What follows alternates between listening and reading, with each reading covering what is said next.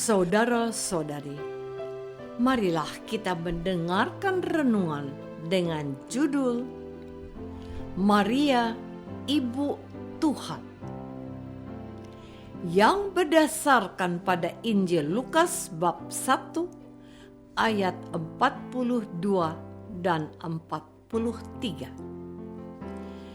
Elisabet berseru dengan suara nyaring, "Diberkatilah engkau di antara semua perempuan, dan diberkatilah buah rahimmu.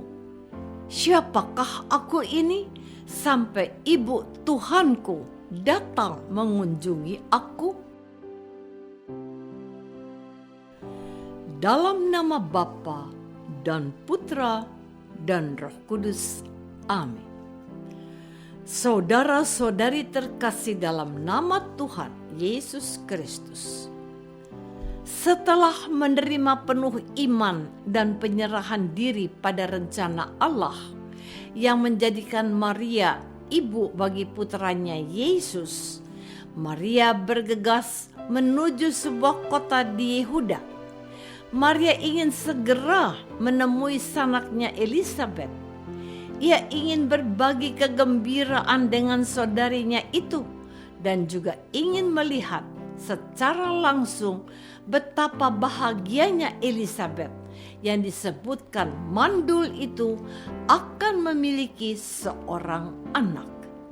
Maria memberi salam kepada Elisabet, dan lihatlah, kuasa Allah nyata dalam diri sanaknya itu, dan dia berseru dengan suara nyaring, "Diberkatilah engkau di antara semua perempuan, dan diberkatilah buah rahimmu.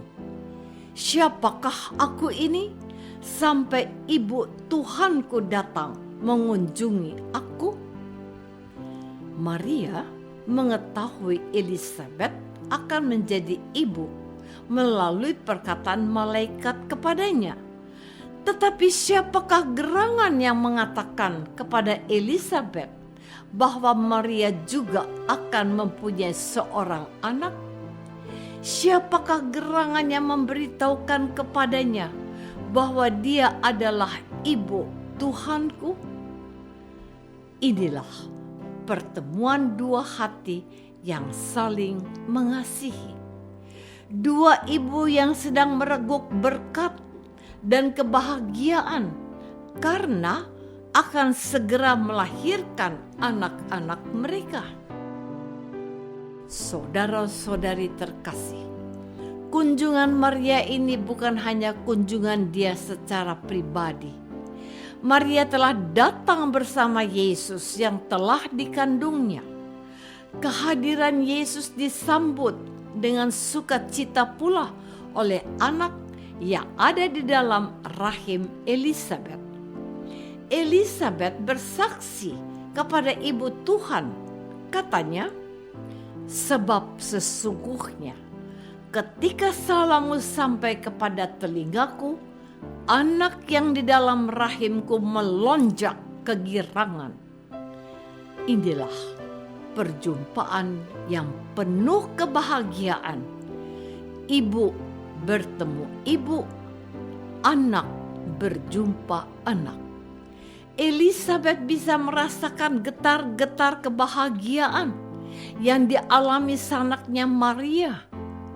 Maria adalah seorang yang saleh, seorang wanita muda yang hidupnya penuh penyerahan kepada Yahweh, Allah, orang Yahudi.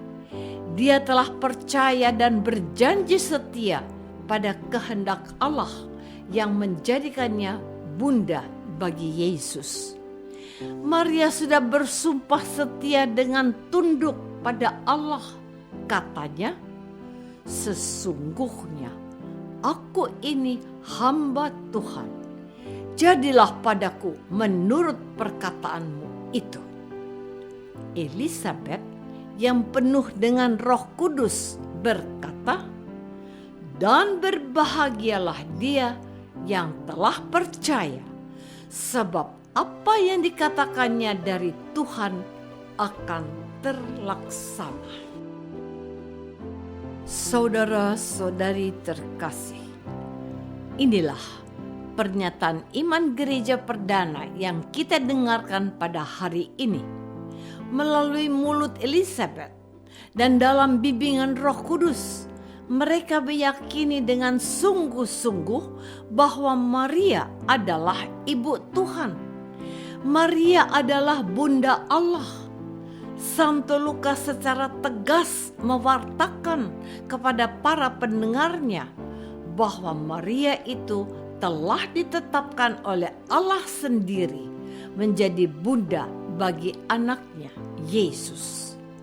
Dengan demikian, Lukas bukan hanya menyatakan bahwa Maria itu istimewa di hadapan Allah, tapi karena kehadiran Yesus ke dunia melalui rahimnya, dia mendapatkan gelar ibu Tuhan. Dia mengandung bukan sembarang bayi, tetapi Allah yang menjelma menjadi manusia. Maria mengandung penguasa surga dalam rahimnya. Inilah misteri iman gereja yang sangat dahsyat dan mengagumkan. Santo Yohanes Chrysostomus, dia yang digelari si mulut emas, berkata tentang misteri kejadian atau inkarnasi Allah menjadi manusia ini demikian. Hai Maria, apa yang tidak dapat ditampung oleh surga telah engkau tampung di dalam rahimmu. Yohanes mengagumi keberanian Maria yang mengambil risiko ini. Ia yang lemah sebagai manusia menerima yang maha kuasa di dalam rahimnya. Surga yang demikian mulia ditinggalkan Yesus, dan dia mau mendiami rahim seorang wanita sederhana yang polos, tulus, rendah hati, dan penuh iman. Rahim Maria menjadi tempat terindah bagi Yesus yang telah memiliki surga sebagai ganti tahtanya.